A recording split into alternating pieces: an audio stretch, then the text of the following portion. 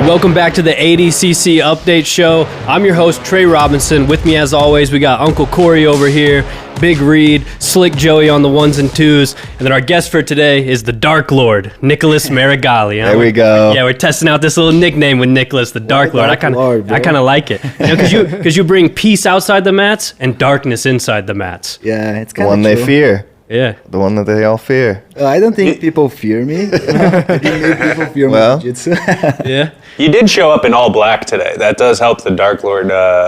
Yeah, that's brand. true. I was so peaceful at home, and then I was like, okay, so I need to go there, talk a little bit of shit. Yeah. Let's see if we change the mood. So just overall, Nicholas, how's everything been going? How you been training? How's life for Nicholas Meregali? My life's pretty good. My camp was pretty solid. I had a few injuries, as I said before. Elbows fucked up. Like I have bursitis going on. Yeah, that's gnarly, dude. My rib, I got hurt like 4 weeks ago, and then I was like dealing to get my sessions done, and my knee is also a little bit fucked up, but it's life. I know how to deal with these things. Yeah, a little banged up, but nothing too serious, I hope. I hope not. I mean, we get used. Like I've been training for so long, and I know how to deal with injuries and keep like my performance in the training room pretty high, even when I have things that I'm struggling with, and didn't bother my camp at all. Of course, it was like harder mentally because I had to prepare myself to go to the training room and feel pain and suffer and then perform at the same time. But right now that I'm just like resting and recovering my body to my fight this Friday, so I'm just like feeling great. For sure. So obviously you have a big match with Vagner coming up, but we want to talk a little bit with you about last year's ADCC and how you've kind of been evolving and changing as a grappler since then. So we'll kind of get into both. But first, we normally do a segment called Guess That Grappler, where we mash up two grapplers into one photo and then make you guess who it is. There's one. I know. Yeah, I know. Nicholas saw it before we started recording. So let's go ahead and pull up the Guess That Grappler, though. And let's just take a look at it. Look at this guy. Oh my goodness. What do you think of this guy right here, Nicholas? Dark Lord. Talk about Dark Lord. Yeah. He's definitely pretty ugly. Yeah? Which part is ugly, you think? Everything that is not from me, for sure. This is a wild one. Pretty ugly. The beard is kind of cool. Beard's kind of cool. Because I don't have a beard, so this is the maximum I get. It's just like dirty. Yeah. What else?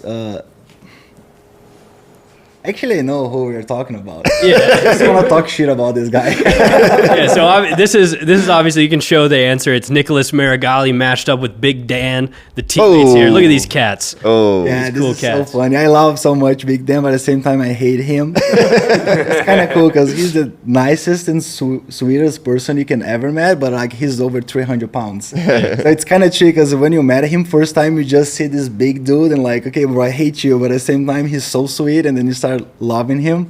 So I have an amazing friendship. Like he's a nice dude. Yeah. He's not sweet when he's got a taser in his hand. Yeah, has he tased you yet? Has he tried to tase you? Have you been around Big Dan's taser yet? Unfortunately, I've never met his house, and that is not something that I'm planning to. The tap house is pretty dangerous to any human being, so I'm not gonna be there so soon. Yeah, so we've talked about this before on the podcast. This tap house that Big Dan has created. It looks wild. It looks like a wild place. It's like a bunch of the junior members, right? For New Wave, like the purple belts, like yeah, I don't like know who more else like there, Hansa's students, but they're still like teenagers, people around 20s maybe. Yeah.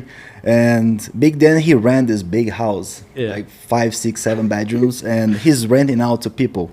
And they have a pool, they have sauna, and they have tasers, and they have guns, and they have like everything that is not good to have at home, they have it. So, and they're also especially when you're 20 years old. And you're Big Dan. And the funny thing is that if you combine the IQ from these people, it's like under 200. They have like 10 people living there, but they are completely dumb. So something wrong is gonna happen out there, you know? Dude, you're gonna end up being enemy number one of the tap house. You're not gonna be able to show up around. I mean, I'm already Big Dan's first enemy, so I don't care. Yeah. Do you train much with Big Dan? How much do you guys? I refuse for my life. Yeah. Like respect that. What is the point? So let's think who am I gonna face in the real life? Someone 300 pounds. Yeah. Dr. Pohada would be the only one I could think just of. if I'm like, if I start competing in WWE, probably I'm gonna face these like huge dudes. But like besides that, why am I gonna train with Big Dan? Yeah. What he's bringing to the table, bro? There's nothing. And I was like, Big Dan, thank you so much.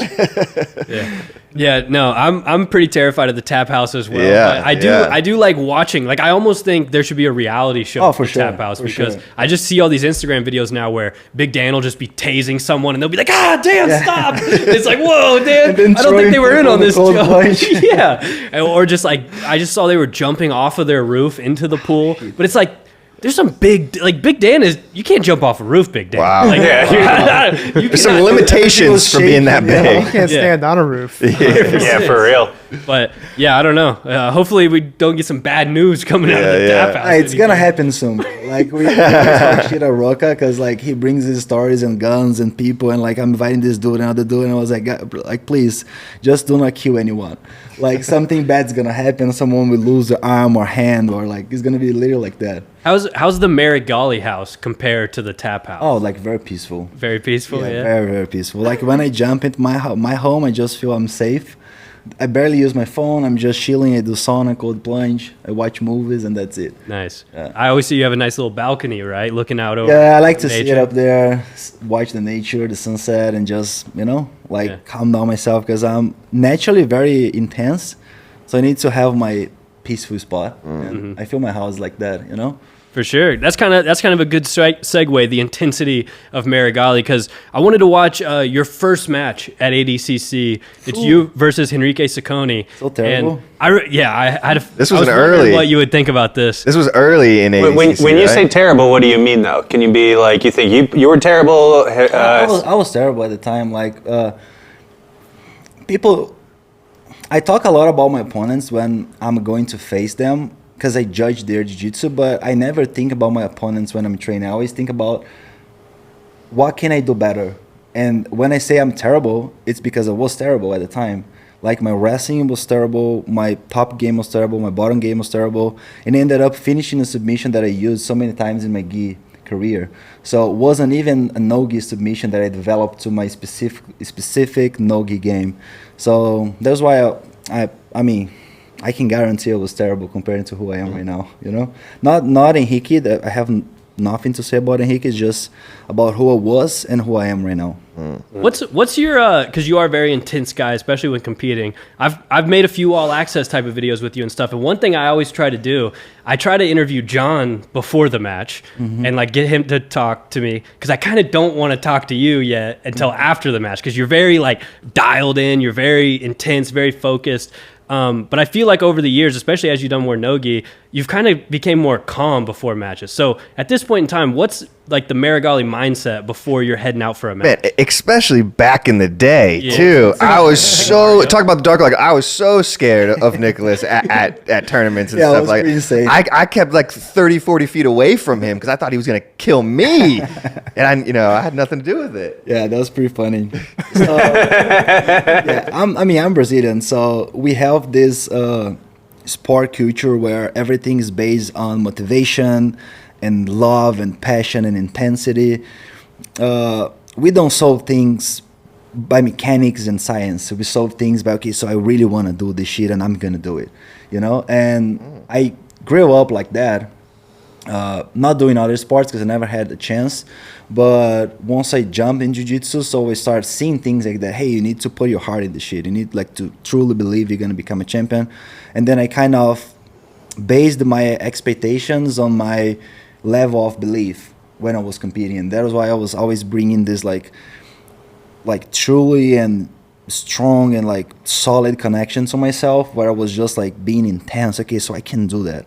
I never trust much in my techniques, and later on in my career I realized that I was just having so much success because my technical level was higher than the other athletes. Even being a guy with a lot of physical gap, comparing to my opponents, I was always able to perform well and win titles, not because I was truly believing I could win, but because my mechanics are better than the others. And then I met John, which is a guy that has a completely different approach from the Brazilian culture. Like, he just lives in techniques, and I kind of like got used to, and I found more peace running through this path where I know I'm better than this guy. I know that if I hand fight well, if I feint well, I'm going to get my single leg, and then using the right takedown, I'm going to score my points. So nowadays I'm trying to calm myself more, and performing better, I would say. Like, I'm being able to express completely who I am on the mats, instead of only like feel this anxiety and like making people around scared. Hey, do not feel me, because I'm about to explode. You know what I mean? I would always film you, but I would just do the long lens. You know, very far away. Yeah. Do you get like nervous at all before big matches? Not anymore. I used to, but I think I developed something lately, in the last 2 years, I would say. I know that nobody cares.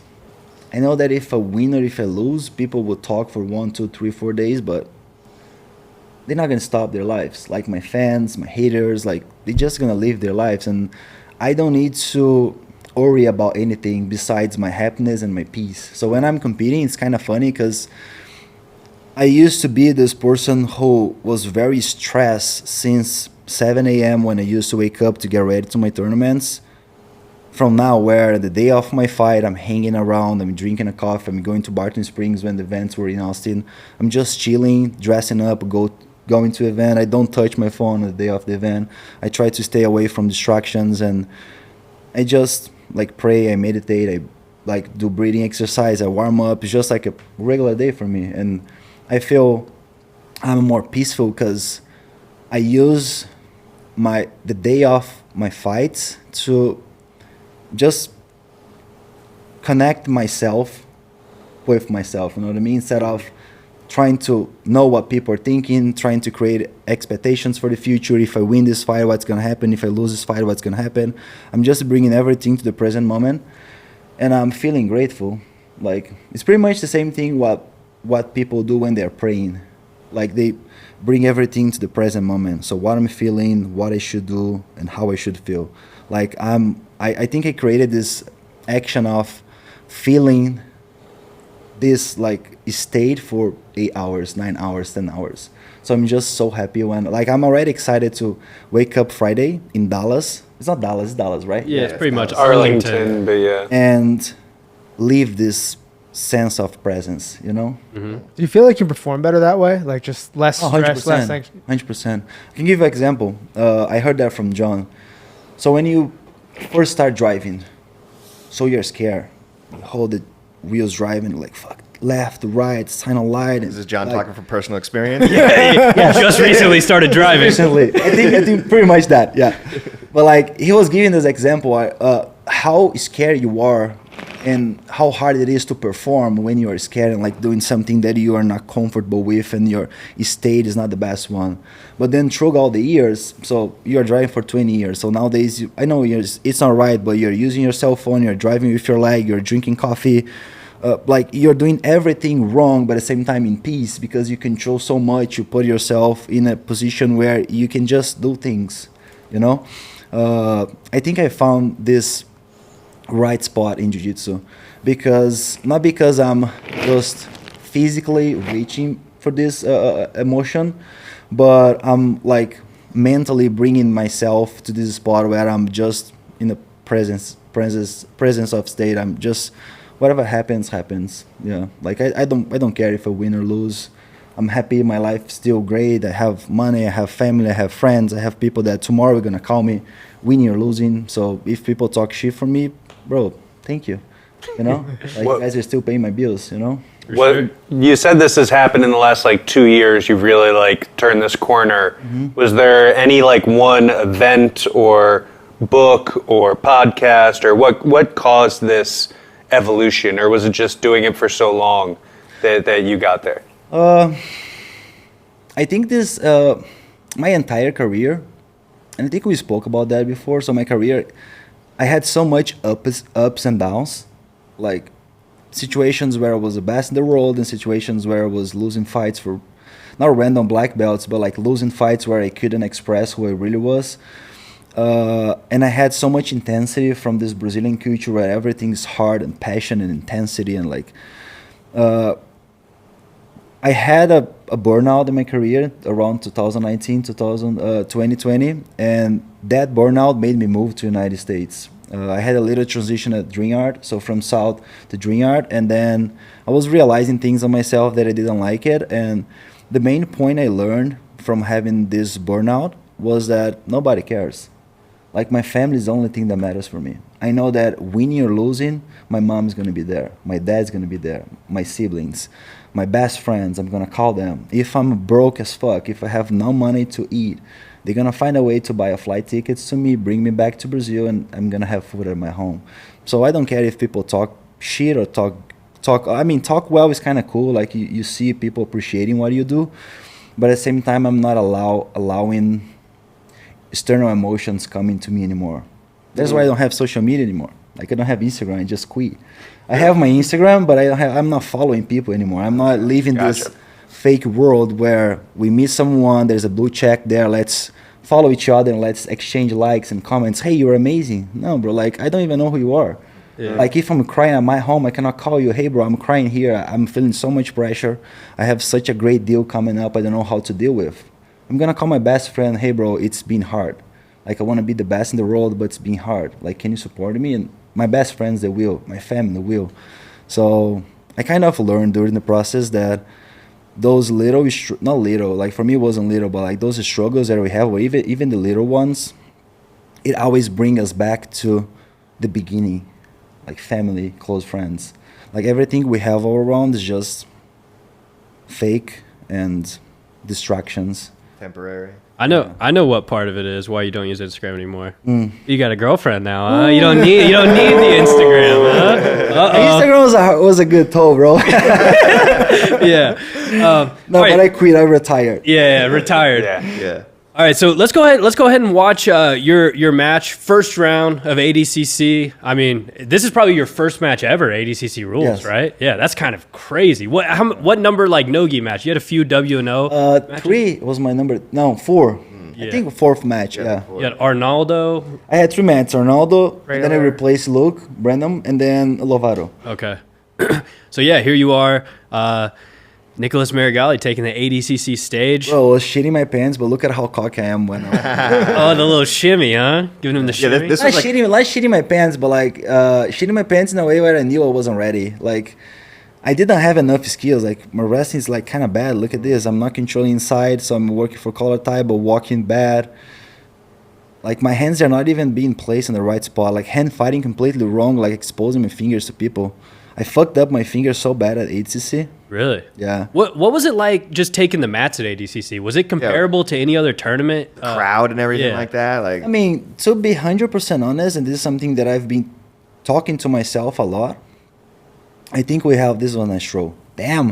Uh-oh. Yeah. This is before Meregali the wrestler. Yeah, nowadays he wouldn't touch my body. I would take him down so easy. But I think ADCC has such a huge hype. And it's so intense because people are not good at no-gi. So even if you take a look about the list of champions that we have in the sport, people are not consistent. Like, we have a few ones, but it's not as many as we have in the gi, where there's so many athletes that come to the generation and win 5 world titles straight because they truly control the art. Like, no-gi, sometimes people win, sometimes they lose. When they win, they don't score points. They're just winning by being tough. And the hype we have around the event is kind of huge because the rule set encourages athletes to create scrimmage. And speaking of, look at this scramble. Like this one. Like, there's no points. It's more like movement in scraps. So there's more tension in the air because people want to see that.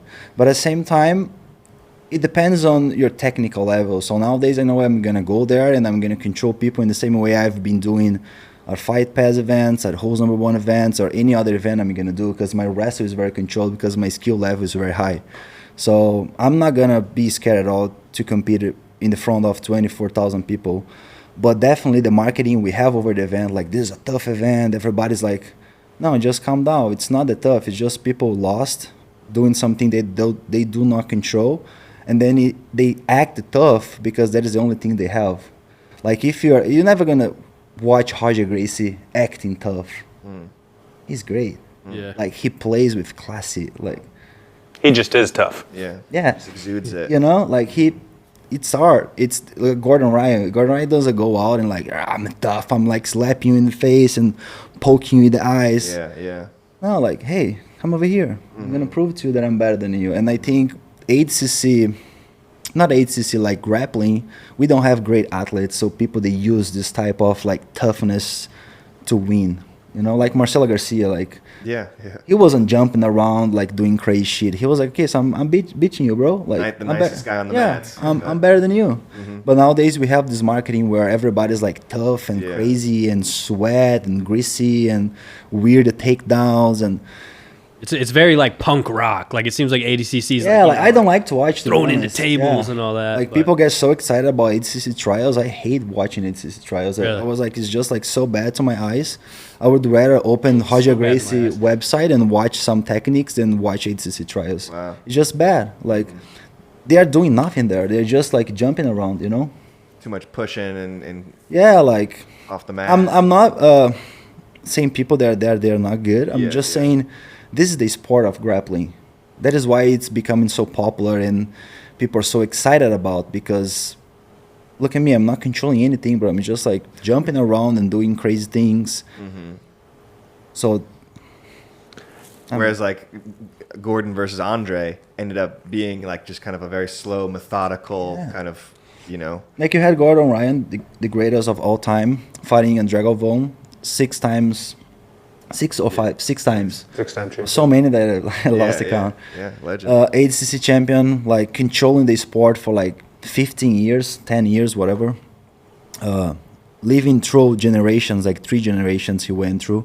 And Gordon just came out, swept, got on top, pinned him for like 7 minutes, took the back, arm trap, you know, It was over. Yes. like breathing, like of course heavily sweating, like it's a fight, Yeah. but was so controlled and so beautiful to watch. That is what grappling is. But like on the other hand, we have people that are just tough, which it's fine. Like that is your way of winning, but it's just different. There's not the grappling. Like look at me doing everything wrong. Like Yeah. I would never lose this chest to chest. That Yeah, I what do had. you think about this Meregali right here we're watching? Is this how different are you now from this guy?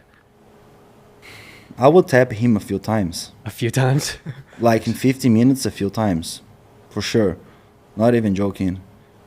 Like I was so like beginner on my stand-up game, on my bottom and top game as well, because jiu-jitsu is completely different than no-gi. Like we supported the game based on grips. Like we hang on top with grips, and bottom we are flaring people, like opening people by using grips. So no-gi from bottom, you pull yourself underneath, and on top you hang on top, dropping your body weight. So it's 2 different mechanics in both scenarios. And wrestling is something that I never worked before. So I had like 4 or 5 months working my wrestling skills with John.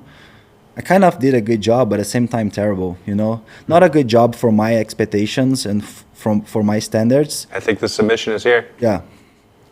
Is that the part of your game that you feel like has developed the most in the last like year and a half, 2 got the years tap. since ADCC? Look at this. Look at this Meregali intensity come out. There it is. Yeah, you can act calm all you want, but the No, passion of course comes through. I was like thinking like and believing that I could win, but you know, like I'm happy you guys can see. For sure.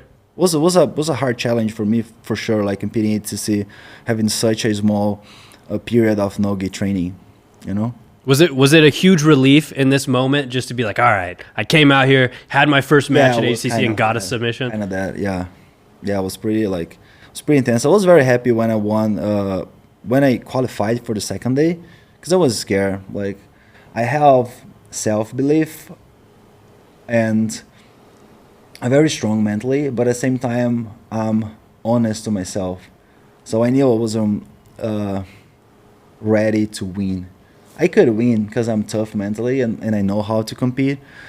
And I got 2 medals, like 3rd place and 2nd place, which in my opinion was kind of impressive, but I knew I wasn't technically I'll agree with that. That was pretty impressive. impressive. We agree, yeah. You know, like, and not liking the sport as I am liking right now, Like no wrestling game, like everything was kind of out of the place, and even so, I was able to perform well and bring medals to home, so it was kind of impressive, you know. Yeah, for sure. You guys got any questions? Corey, you were asking something. Yeah. You were asking something. So. One thing you were pointing out was kind of how much your wrestling game has changed. Is that maybe the point of your game you think has changed the most in the last year and a half since the last ADCC? I think my wrestling game started changing. I would say mid of last year. Like after I have a year and a half, like spending every day a little bit of time on the feet. Because I never worked before. Like in Brazil, like you guys probably remember my gi career, I was always pulling guard. Like I would never exchange grips on top. Like never, no matter which circumstance, I would just pull guard. And I started from zero. Like I couldn't even walk. Like was like uncomfortable for me to walk. And after a year and a half, like mid last year, I was like, okay, so I'm kind of feeling comfortable now. I can shoot legs, I can pick up single legs and maintain for a little while. So it's time to like build up this confidence. Same thing as driving. Like we start driving like very scared, and then 20 years later, I'm driving with my leg, drinking coffee, as I just said. I think after a year and a half, the dynamic changed a little bit. Like I'm really comfortable now, and I feel my game is just upgrading like drastically in the last months. We actually have a training round of yours I kind of wanted to play. It's a little out of order, so sorry, Josh, the producer. But if you want to play 5A, if you could, we have Meregali training with Abraham. We talk about Abe a lot on this podcast, actually, because we talk about the Abe block quite a bit. It's reverse close guard, right? Yeah, reverse close guard. But I'm not going to lie, this is not probably Abe's favorite video that we have, because this is a lot of Meregali the wrestler, but it's just a really intense round, and I kind of wanted to just play it and have you talk to him about it, because I think it shows your evolution a lot. Like this Meregali, to me, I think this was before your match against Kynan, right? No, this is right before Matheus Enis in March. Ah, yeah. This was like end of February, like mid-February. You guys were there filming to who's number one? Giancarlo and Helena, I guess, and then I was there. You guys just recorded. Yeah. We got to film old Nicholas when we're there, you know? Big guns. Yeah. 100%. If the Dark Lord's there, we got to film him. Yeah. But yeah, so this is Nicholas versus Abe in the training room. Yeah. Abe's obviously I'm just so grateful for my teammates. So we don't have many chance to express that, but we have a room where we have professional athletes like me, Gordon, Luke, Big Dan, people that Giancarlo, like people who are already living life, paying bills.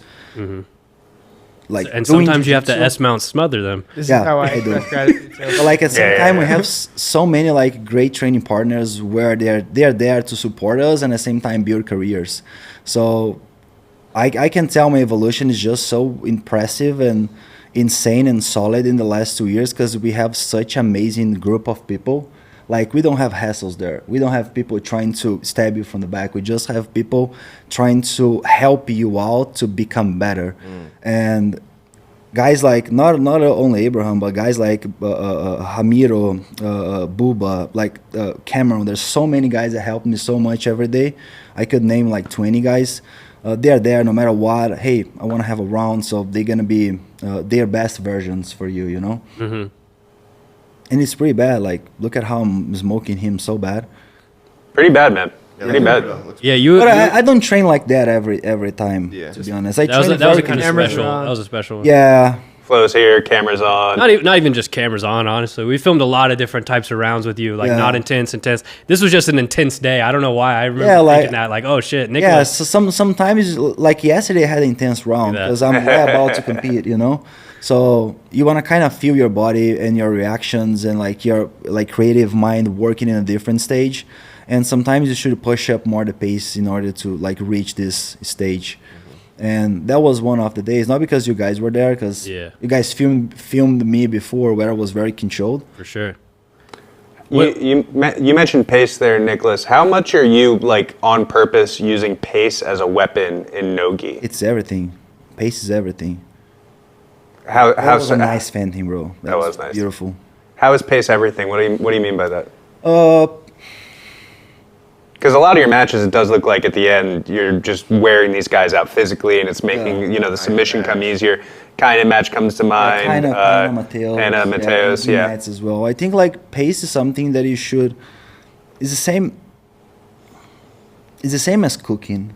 You cannot throw all the recipe in one pan and expect that you're gonna have the best recipe ever. Mm-hmm. You should like throw things slowly, and then mix it up, and then find the best result you can.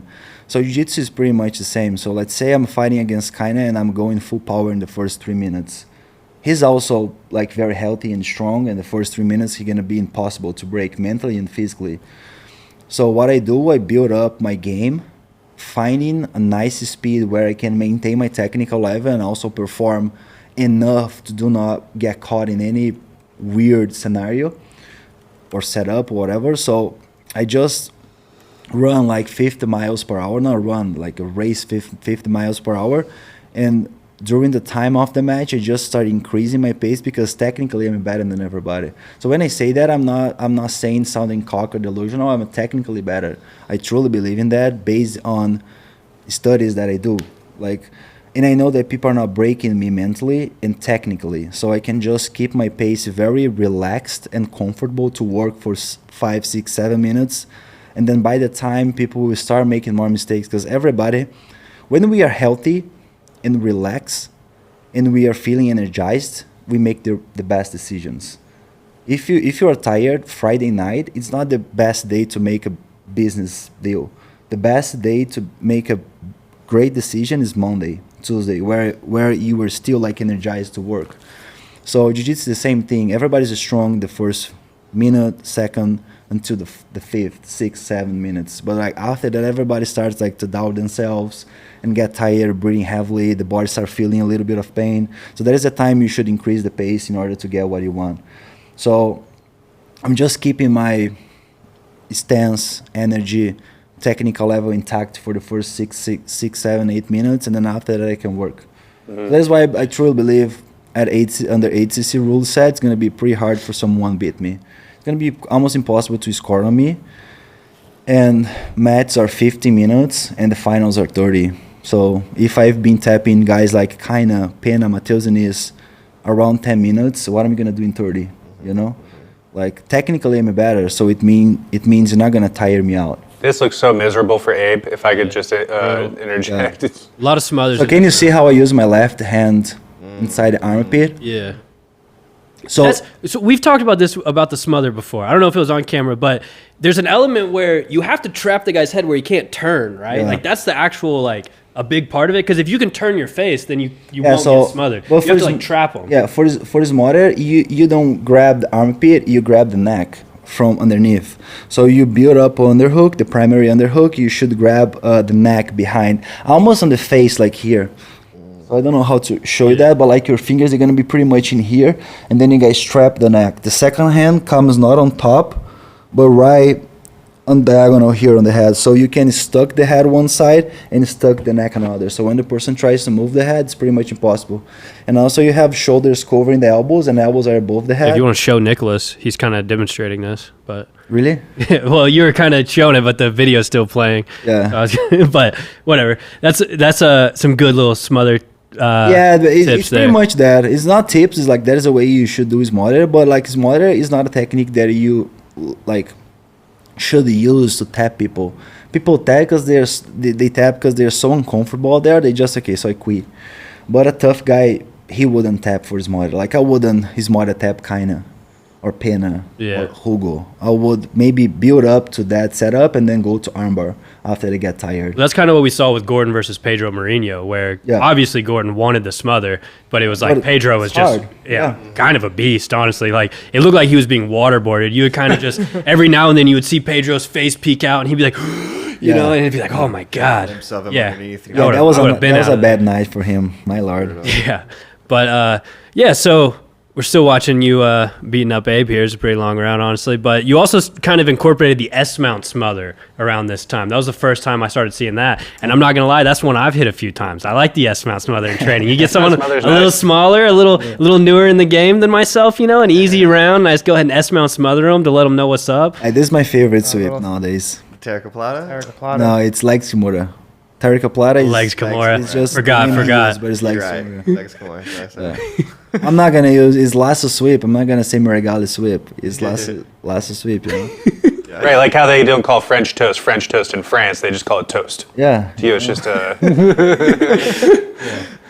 So get it right, I hit a Reed. nice takedown right now. My bad.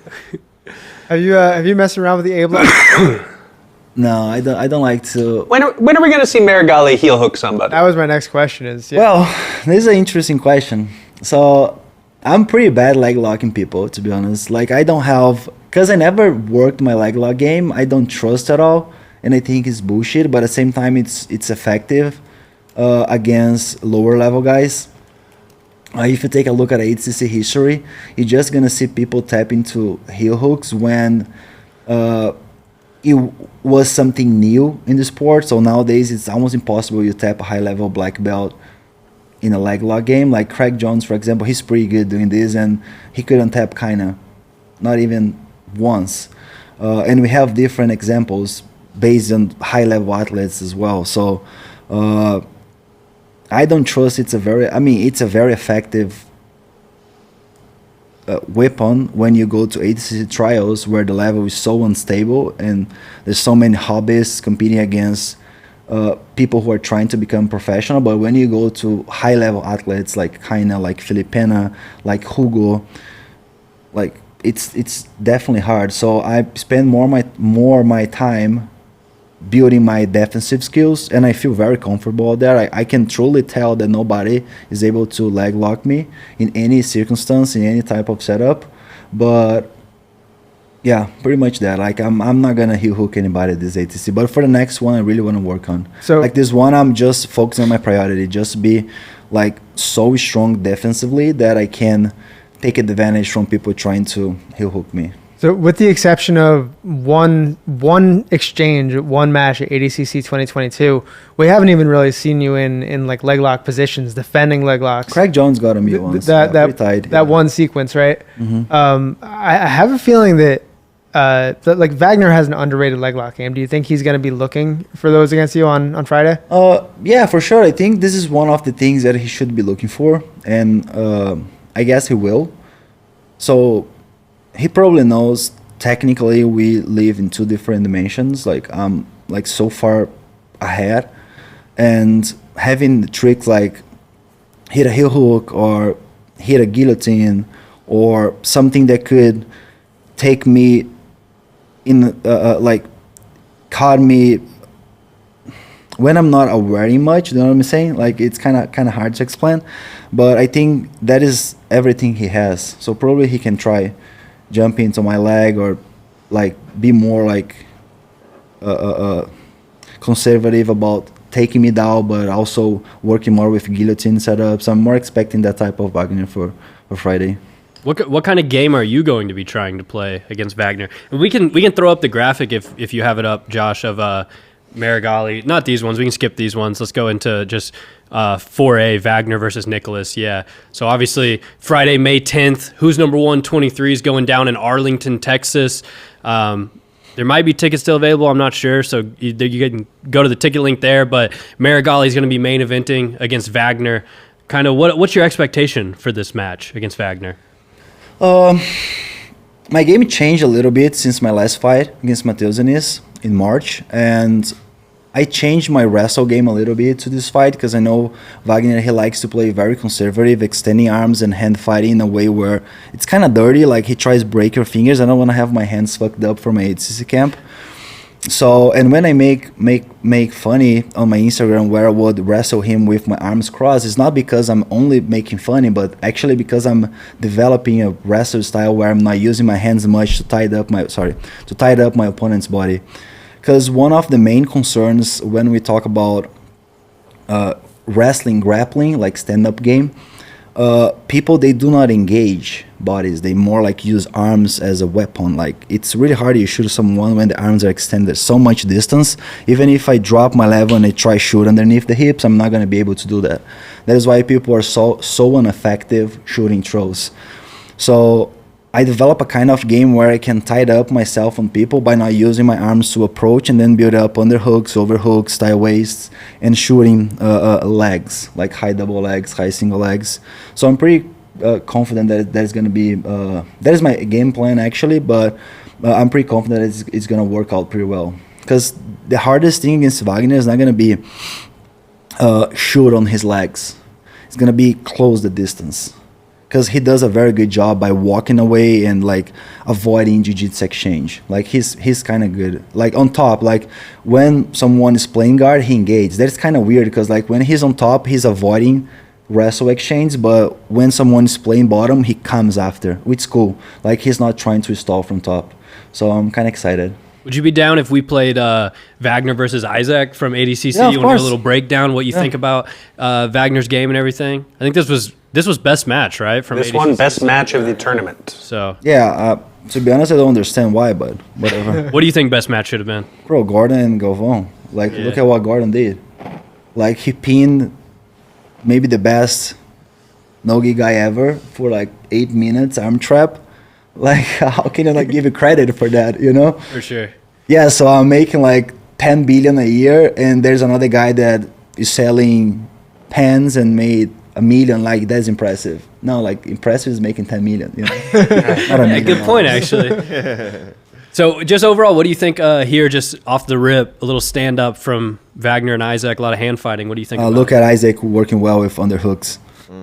Like if you close distance, it's gonna be a good weapon to fight against Vagner, and that's what I'm looking for. But look at how Vagner he engages with hands, pulsing on shoulder, pulsing on biceps, but he's not very skilled when people close distance. Look at here.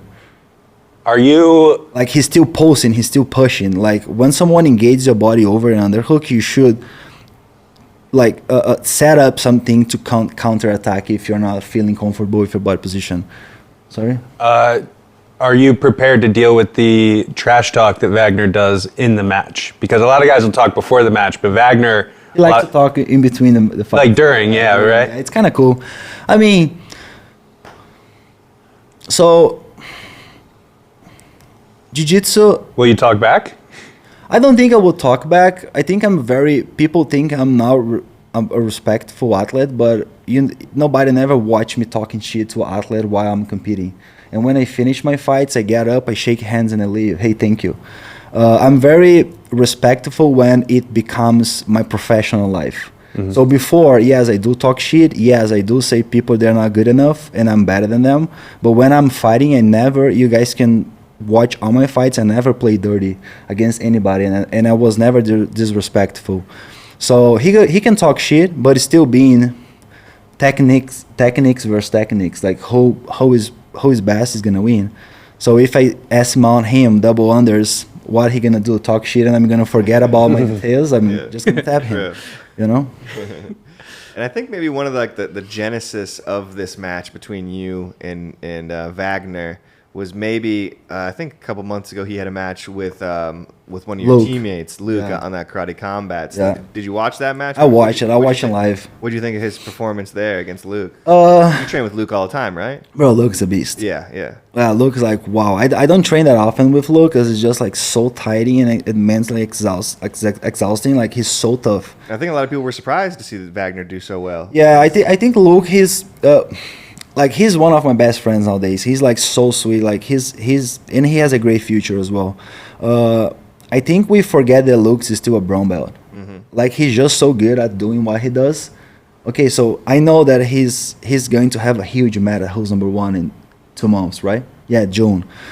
Like a huge match because he's out there. Like he's in a little preview for the people. A little sneak preview. We won't tell you who yet. Cannot say, it's but coming. yes, it's big. We're working on something. Yeah, we're working on something. So, but he's still a brown belt, and people are like, he lost to Vagner. Yes, like he's a brown belt. He has been competing in the highest level for like a year, 2 years. Mm-hmm.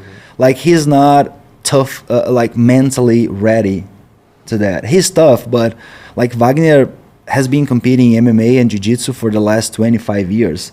Like it's so much more experience, and then like when you go to a fight like that, Luke started really well. Like technically speaking, he was doing amazing. Taking Vagner down, hand fighting, controlling on top, like trying good tricks to get submissions.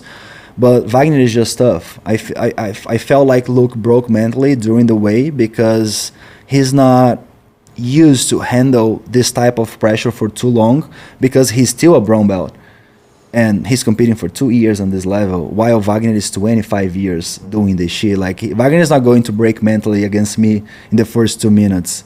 He's going to fight 7, 8, 9, 10, and probably he's not going to break it. You know what I mean? Yeah. Like, it's different. So I think Wagner did a good job, but he did a good job more mentally than technically.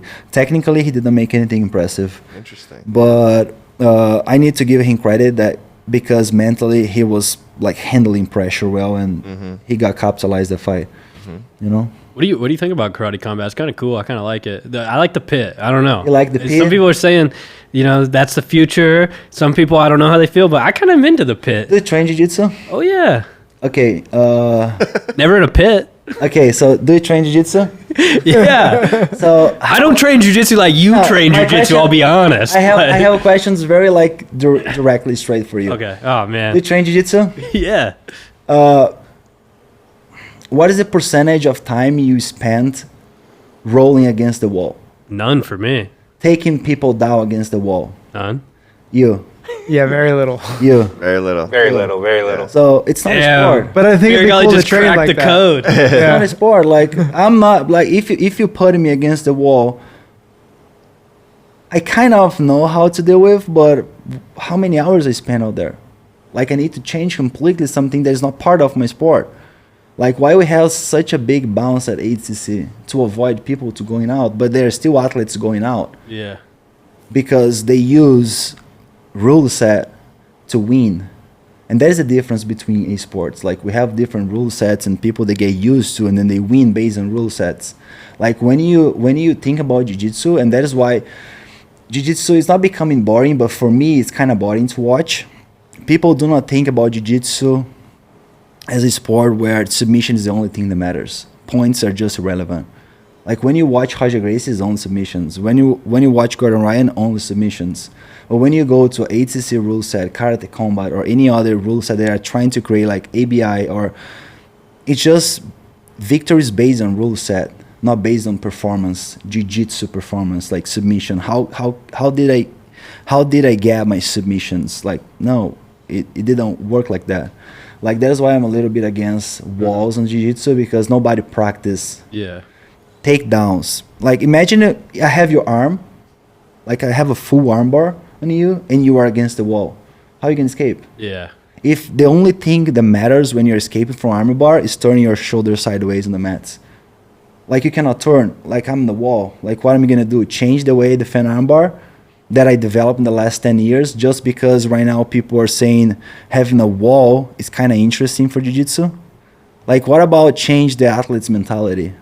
What about use Roger Gracie as an example? Like, who's number one does it? Like, big mats. Hey, sub only. Who is the best? That is the right way to go. Not like, okay, so you take someone down, but you're not scoring points because the person is shaking on bottom. Like ADCC rules said, no, he's shaking. You didn't pin. Like I literally grab both legs, take the person down. My head is higher than the person, and I'm ready to throw points or pin. But like the person is shaking on bottom. No, it's not points yet. Yeah. Like. Yeah, that's like what I was saying. Like, I hate the pit, man. So we're out. So we're out on the pit now. So we're all out of the pit. It's just a point. It's just my point. I'm not wrong or right. It's just my point. So I like to train jiu-jitsu, think about jiu-jitsu.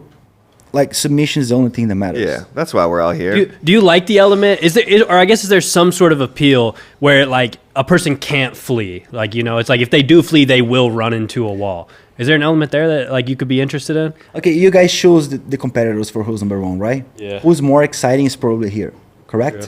That's the plan. Okay, so. Why? Do you have different plans? No, I'm just asking if that is. That is the plan. Yeah. That is a mandatory rule. Like, okay, so you're exciting, come over here. Yeah. So if you guys pay an athlete to come and show up, and instead of fighting, he's just going out of the bounce. He's just pushing the other person. He's not shooting the legs. He's not trying submission. He's not doing anything. Are you guys inviting him again? No way. Why not?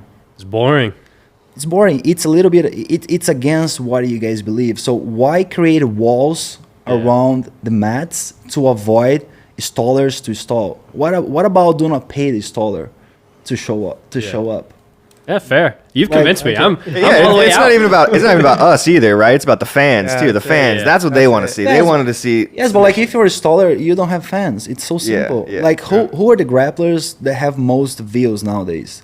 The guys who go at, the guys that have submissions. Sometimes, not really, but basically that. Yeah, definitely. Like, I would agree. When people talk about jiu-jitsu, they talk about Roger Gracie. I'm saying Roger Gracie a lot today. I don't know why, but like they talk about Roger Gracie. We don't talk about Roger Gracie enough. Yeah, so we're happy keep to. it coming. Keep it coming. Like, why when we talk about Roger Gracie or jiu-jitsu talk about Roger Gracie? Because he expressed jiu-jitsu. It's so simple. People don't talk like I don't want to talk shit about people. So, but you guys know athletes that are not that exciting, but they win titles because they use rule set to win. Like people are not combining jiu-jitsu in their names. Okay, so he's tough. He won 2 times, 3 times ADCC, or he won 4 times IBJJF World Championship. But people are not bringing the name up to the discussion because it's just away from what jiu-jitsu is. Like jiu-jitsu is like you should dominate people and submit people. It's so simple. What are your thoughts on submission only, no time limit matches? I never thought like that. I think having a time is really important to the business. Like 15 minutes, 20 minutes, 30 minutes. I never did 20 and 30. I just made 15. I don't think it would be good. Like we had this example back in the days at Who's Number One. I remember I was fighting this card and then the match was like an hour and a half, something like that, right? Yeah. Sometimes the athletes, they have the same skill level, so they cannot find submissions. So it's still being sub only, but you know, like the guys, they cannot find a submission. What do you guys do?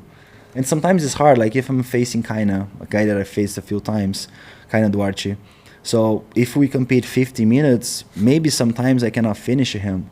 Like what are we going to do? Keep competing for 10 hours? Yes, we have a skill level where a little gap could be something. Yeah. But it's just hard to find it sometimes.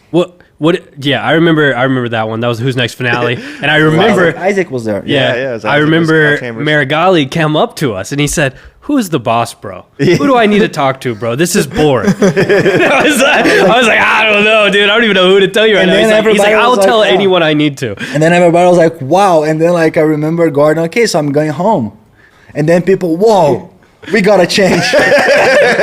Gordon literally said, I'm going home. And then, okay, so, yeah, let's make another, like, yeah. Gordon, baby. Shout out Flo Gordon. Gordon was going home. Like, he was waiting there for like fucking 3 hours extra. Like. You just can't plan for it. You have no idea when it's going to end. This is my idea for no time limit submission only. I think it would be cool to do it in just a 1-match live stream where it's like we go to a gym and we say, like, this guy's fighting this guy. This is the best. Yeah, this is going to be the entire, so you don't have to wait on another match. You don't have to whatever. It's like this could be 10 minutes. It could be 2 hours. It's the only way to ensure that it ends in a submission. Right? What do you think about that? Just like a little one-off, like in the gym type of like grudge matches where it's like the whole stream is one no time limit match. I think it would be really cool. Like old school vibes. Yeah, that's what I think. And now we put it in a pit. Yeah. No pit. Yeah. So I don't know. I think there's a place for no time limit. You know, I think having it where we can edit it, like on Who's Next, obviously is good. But maybe it is just it's just one match. So you're not waiting for a main event. You're not. You know, no one's like. It's like you can kind of passively watch. You can check in, see what's going on. Yeah, it would be cool. I never thought about that, so it's hard to give a precise answer, but definitely is a business. That's how it was. I remember when Gordon and Keenan fought. It was like it was just on people. Preguiça was also same thing, right? Gordon and Pena. They ended up having a time limit. Yeah, it was like 45. It was a 45-minute time limit. At Studio 540. But yeah, I remember like when Gordon and Keenan fought, it was like you would just check in on your phone every 20 minutes or every 10 minutes or whatever. Be like, oh, still going. They're still fighting. You know, they're still fighting. And how long was the match? An hour. Hour and a half. An hour plus. Hour and a half, maybe. Yeah. It was a long one. It was definitely a long one.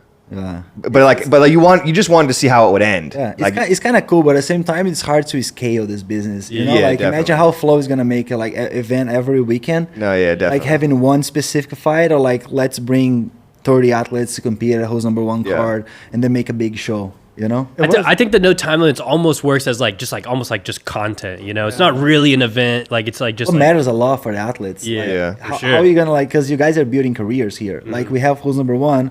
I'm beating Vagner is building my career, but like it's just content, going to the gym, and me versus Vagner for like 2 hours straight. Well, I think it could be like guys who aren't ready for like who's number one yet. Like an example, what if like we went and it was Abe versus someone else that's kind of on Abe's level, you know? And it's like these dudes get to like kind of showcase, like in their one, they're the highlight, they're the main event, like no time limit match, something like that. I don't know, just an idea of playing around with. You guys, I might take it to I might have to take it to Meregali Brands, you know, put it on the. Yeah, I'm kidding. Meregali TV. I actually want to do this in the future. I want to start fighting people under like jiu-jitsu rule set, like sub only, all time. But I'm not sure when I'm gonna be able to do that. Sweet. How's the Meregali brand going? Everything going good with the Meregali brand? It's going good. Yeah, it's been kind of tricky move things forward. So I have great ideas, and my business partners, they also have great ideas, but it's just like hard.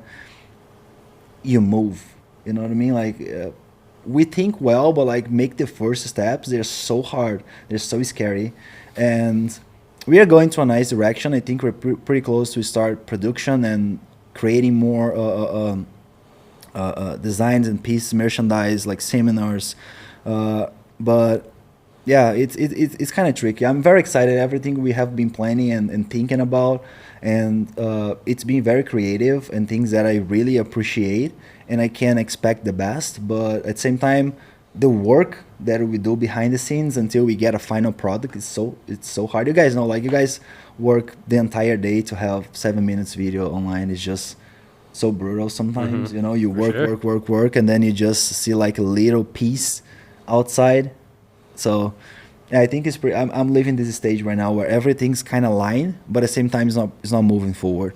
So I think in the next months I'll be able to be more effective making steps. That is why I truly believe, you know, and trust and hope. Yeah. And any other word that could express this feeling. For sure. I wanted to ask you about another one of your teammates there too, who's kind of having a big moment right now.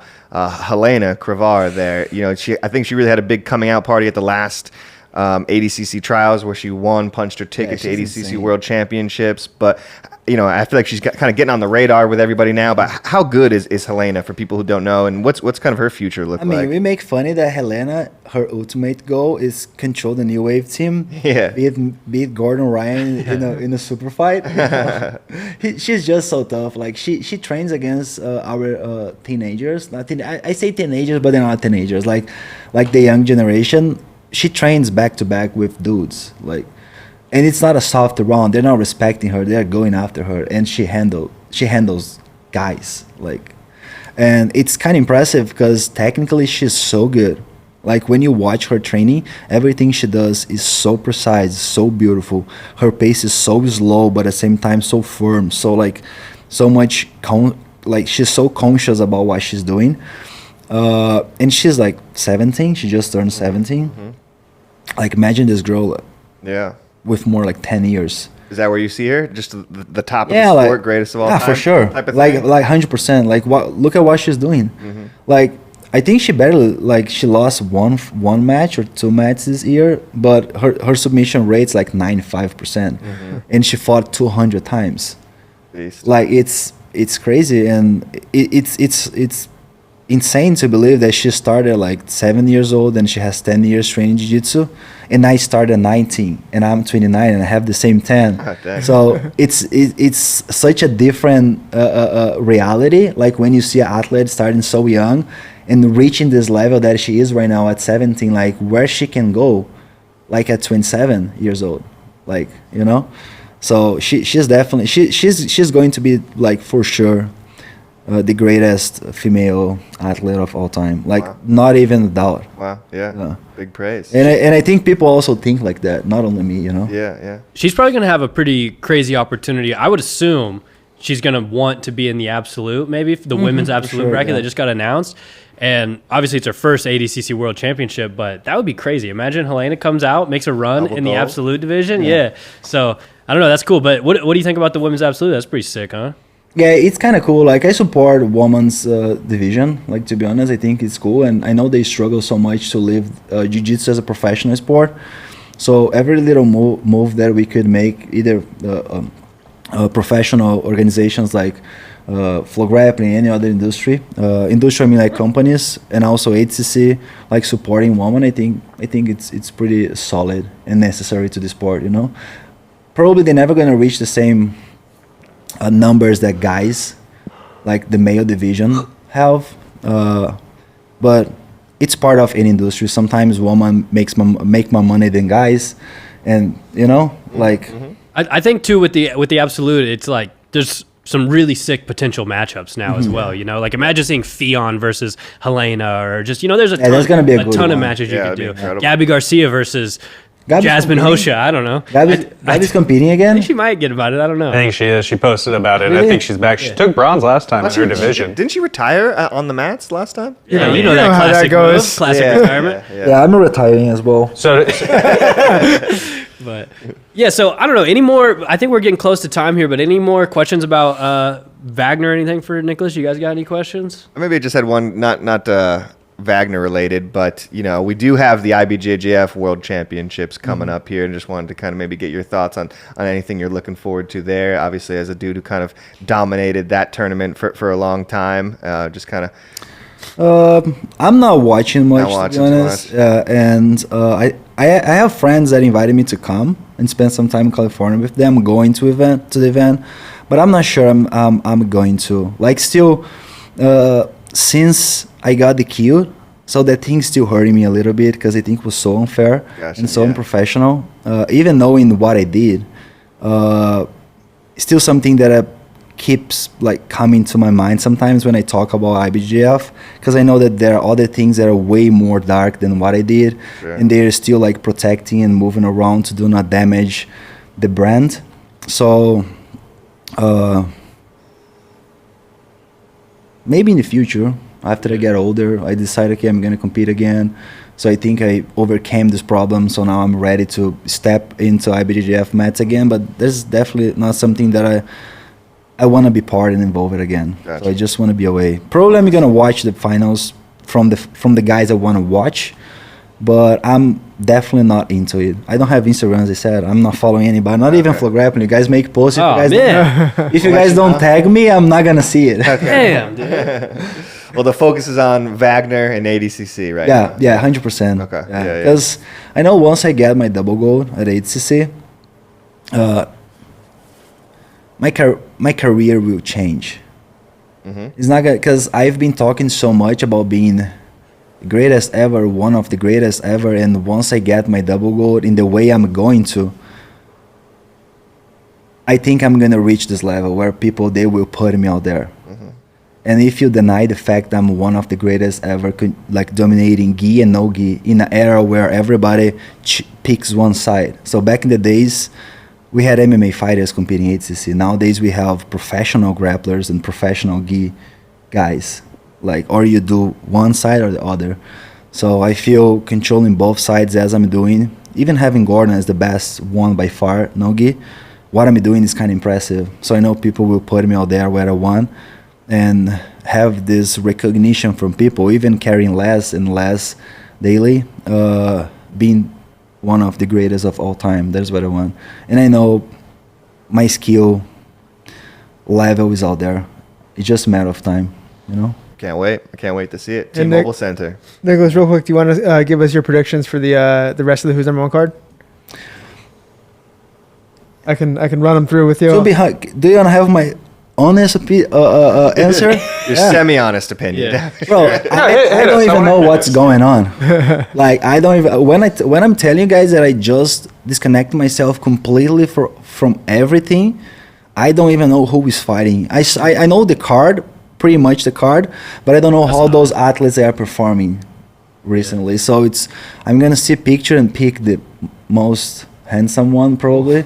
Oh, so you might accidentally click on me 7 times. But Trey's gonna win them all. Huh? Okay, all right. Yeah, but we can go over. Let's go over, and then No, I can tell what I know about athletes. Yeah, this is actually your division for ADCC, so it's kind of Really, this is my division. It's under 99. That is one change. I'm not gonna say which one, but I'm gonna say it. Oh. I know one change it. You know, we have privileged information. Kynan, Luke, Pollardia, Declan Moody. This is my first time seeing my division. This is who's currently invited, so there's still 5 spots left. Who is Paul Ardilla? Paul East Ardilla? Coast Trials. He was there last He's year. a lawyer from Atlanta. 5-time That's trials cool. winner. Yeah. A lawyer won trials. Yeah. That's really cool. 5 times. Yeah, 5 times trial, he just wins trials and just keeps showing up and beating all these professional grapplers. and he competes at ADCC. Is gonna be his first time. No, he's been there. This is like his 5th time. He hasn't go very far, but he. Yeah, normally the trials champion doesn't go very far. Like there is a few. Giancarlo and Cade. Giancarlo and Cade. No, of course, Rampo. there are exceptions, No, but normally yeah, that's you what know I'm saying. what It's like very unique. It's like Yeah. that's like crazy that that's why they did it. impressive. Yeah. And they were both East Coast Trials champions. I always think that's interesting. So who would be my first match? Man, could be the Polish Punisher, Marcin. I'm gonna be seed number 3 probably because Kaina has 2 titles, Cyborg has 1 title, and who else? Yeah, I'm gonna be seed number 3. So yeah, you're probably looking at Marcin from the European trials, maybe Declan Moody, Cassio Felipe Costa, who's a 6 blades guy, Brazilian trials champion. I can see Paul. I know him. your Yeah, first he's a match. nice. Pollardia, could be Pollardia. You might have to look this guy up. I know you do a lot of research, so researching So this I'm lawyer having Cyborg semifinal probably, right? could be. It depends where they see Because like Cyborg. the second seed face the 3rd seed, correct? You're gonna have Luke on your side too. Yeah, you're gonna have to face Luke pretty early in the That's tournament, true. right? Yeah. How's that feel? I say No fun. Probably. Luke's going up. I Ah, don't know if I could tell this, but whatever. too late. Luke's going over 9. There's a rumor. Let's say there's a rumor that Luke is going. There's a rumor, okay? Luke, there's a rumor. I actually Every time did. I see him, he's looking bigger. And bigger. Yeah, I believe it. Well, like he was like in South Africa because after Vagner, he figured that he had.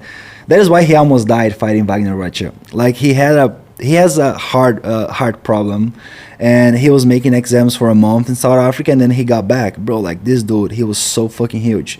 He was like 255, and I was like, bro, what's going on? Like, oh, I didn't train. Like, bro, arms like huge. He's just a big dude, you know? Yeah. Yeah, I stopped working out, so I got insanely jacked. and start What a eating good problem to too, you know? have. I did wonder this. So I actually we have the plus 99 division also because you actually haven't been announced yet for ADCC, right? They haven't announced. I don't know. Yeah, Not officially. So that's why I was curious about if one of you would jump up because there's not going to be Gordon in the division, and so it sounds like there's a rumor. No, that it's maybe Luke's so what I heard. What I heard. So Yeah. What we heard. Yeah, we don't know any of this. Allegedly. Luke's going up, but maybe things can change. Maybe Gordon can go back and Luke cuts in their 99. So it depends on how Gordon goes. So Man, if Hugo Honorio. if Luke does end up in there, this is a sick division. Nicky Rod, Victor Hugo. Who's the toughest division in you guys' opinion? I think 77. 7-7. I think so with Mika, with Cade, with. So I Nicky heard. Ryan, with I heard they're JT. switching Cade and Ty divisions. I haven't heard that. Like one is going like Cade is doing a 8 and Ty 7-7. I would be surprised because of the way they fight in one championship is still tie up at 185 and Cade's still at 170. So that would be crazy if they switched. But This division is actually tough as well. Where's Sure, they Pena? got Mike Perez Where's in there? Filipena? What Filipena is not there? he's not announced either yet, Okay. but he will be in there as well. Yeah, We can most expect. likely. We Okay, so expect that he's it's going to be. Pena, Hugo, Rod, Luke, Big Dan. Mike Perez. Honorio should be a tough guy. Honorio's tough. Honorio's huge. Who else is tough in this division? Mike Perez. Gutenberg will always be tough. Gutenberg has a very nice wrestling. That is what's very interesting because Underrated. he lived in Ohio for like 5 years. Right. And then I heard he used He used to train with wrestling. Dante. Yeah. Yeah, he used to train wrestling a lot. So he has a nice wrestling. So probably he could do well You didn't see Mike? Did you see Mike Perez's run? as a possible champion. No. I mean, did you see him win trials? No, you I know? didn't. I told you guys I watched a few things, but no, I watched Taza and Helena's fight.